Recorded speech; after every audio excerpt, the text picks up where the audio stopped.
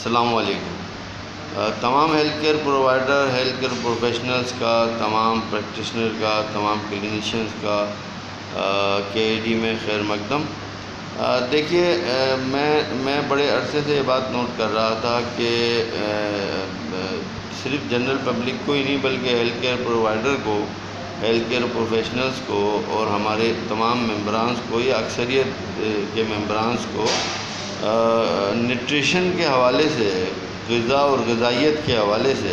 Nutrition کے حوالے سے خاصی کم معلومات ہیں، یا ان کو جو معلومات ہیں وہ مکمل نہیں ہیں بلکہ کچھ خام معلومات ہیں۔ تو میں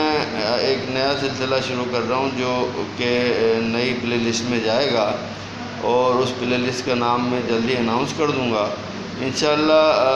بہت چھوٹی چھوٹی ویڈیوز میں یا چھوٹے چھوٹے لیکچرز میں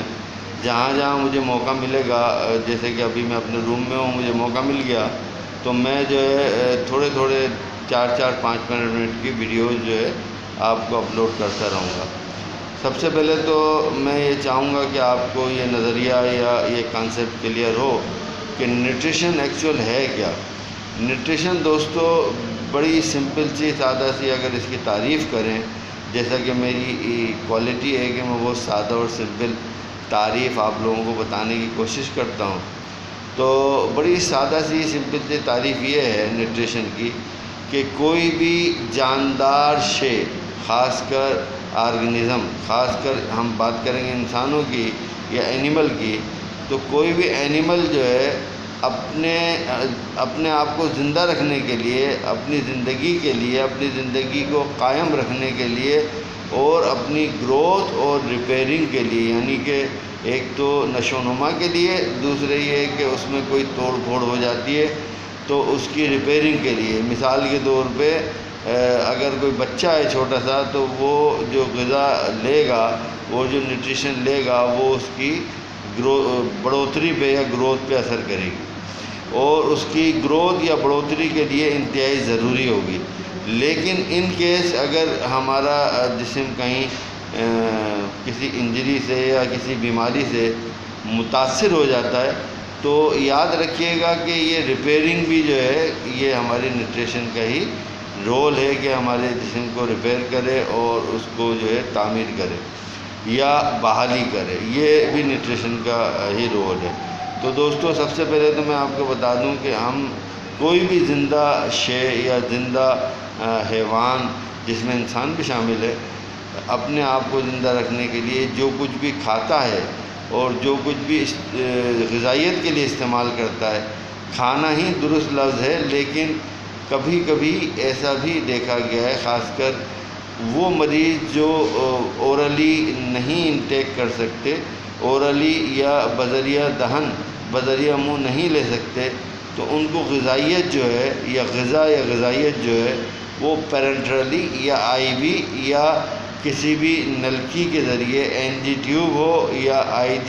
وہ IV انفیوژن ہو، اس کے ذریعے دی جاتی ہے۔ تو ہم یہ 100% ایک لفظ کہنا کہ جو ہم کھاتے ہیں وہ ہماری تعمیر یا ہماری ڈیولپمنٹ یا ہماری گروتھ یا ہمارے زندہ رہنے کی سپورٹ ہے۔ تو دوستو غذائیت کی سادہ سی مثال یا غذا کی سادہ سی مثال یہی ہے کہ جو کچھ بھی ہم کھاتے ہیں، جو کچھ بھی ہم لیتے ہیں، جو کچھ بھی ہم انٹیک کرتے ہیں، وہ اپنے آپ کو قائم رکھنے کے لیے، اپنی زندگی کو بحال اور صحت مند رکھنے کے لیے جو غذا، جو بھی کھانے کی صورت میں ہم چیز لیتے ہیں تو وہی دراصل غذا ہے۔ یہ اس کی بڑی سمپل سی، بڑی سادہ سی اس کی تعریف ہے۔ غذائیت کے کئی اسٹیج ہیں، یعنی نیوٹریشن کے کئی اسٹیجز ہیں۔ ان اسٹیجز کو بہت آسان لفظوں میں بتا دیتا ہوں کہ سب سے پہلے تو کھانا، یعنی کہ انجیشن، اور انجیشن کے بعد اس کا ڈائجیشن، یعنی کہ اس کا ہضم ہونا، وہ ڈائجسٹیو سسٹم کے تحت ہوتا ہے۔ پھر اس کے بعد اس کا جو ہے میٹابولزم کے بھی 2-3 حصے ہیں، لیکن ابھی میں تذکرہ نہیں کر رہا۔ اس کے بعد اس کا ایک سیل میں جانا، ایسیمیلیشن، ایک سیل میں ایک خلیے میں جانا، غذائیت کی صورت میں جانا، اور اس کے بعد جو ہے ایکسکریشن، یعنی اس غذا کے استعمال ہونے کے بعد اس غذا کا اخراج، ایکسکریشن۔ تو دوستو یہ تمام جو پروسیجر ہیں یا اسٹیجز ہیں، یہ جو ہے میں لکھ کر بھی دے دوں گا انشاءاللہ، آپ کو ریٹن میں دے دوں گا، لیکن یہ ہے پروسیجر، یہ ہے اسٹیجز، یہ ہے غذا کی تعریف۔ تو غذا کیا ہے یہ میں نے آپ کو بتایا، اور غذائیت کیا ہے، نیوٹرینٹس کتنے ہمارے جو غذا میں استعمال ہوتی ہے، فوڈ میں استعمال ہوتی ہے، وہ جز یا وہ اجزاء نیوٹرینٹس کہلاتے ہیں۔ نیوٹرینٹس بنیادی طور پہ دوستو 5 ہوتے ہیں۔ بنیادی طور پہ ہم نیوٹرینٹس کو 5 درجوں میں یا 5 اقسام میں تقسیم کر لیتے ہیں، اور وہ سب سے پہلا ہے، ہم اسے کہیں گے کاربوہائیڈریٹس، دوسرے کو کہیں گے پروٹین، تیسرے کو کہیں گے فیٹ، چوتھے کو کہیں گے وائٹامنز، پانچویں کو کہیں گے ہم منرلز۔ دیکھیے کاربوہائیڈریٹس اور پروٹین میں یہ ہو سکتا ہے کہ کوئی پروٹین کو اوپر رکھنا چاہے اور کاربوہائیڈریٹ کو دوسرے درجے پہ، دوسرے نمبر پہ رکھنا چاہے، لیکن یاد رکھیے گا کہ پروٹین، کاربوہائیڈریٹس اینڈ فیٹ یہ دراصل تو 3 میجر ہیں اور مرکزی نیوٹرینٹس ہیں۔ اس کے بعد جو وائٹامنز اور منرل بھی جو ہے آئیں گے، اور وائٹامن منرل یہ پہلے نمبر پر نہیں آ سکتے۔ پہلے نمبر پہ اگر آپ رکھنا چاہیں گے، کچھ لوگ رکھنا چاہتے ہیں کہ پہلے نمبر پہ پروٹین کو رکھا جائے اور دوسرے نمبر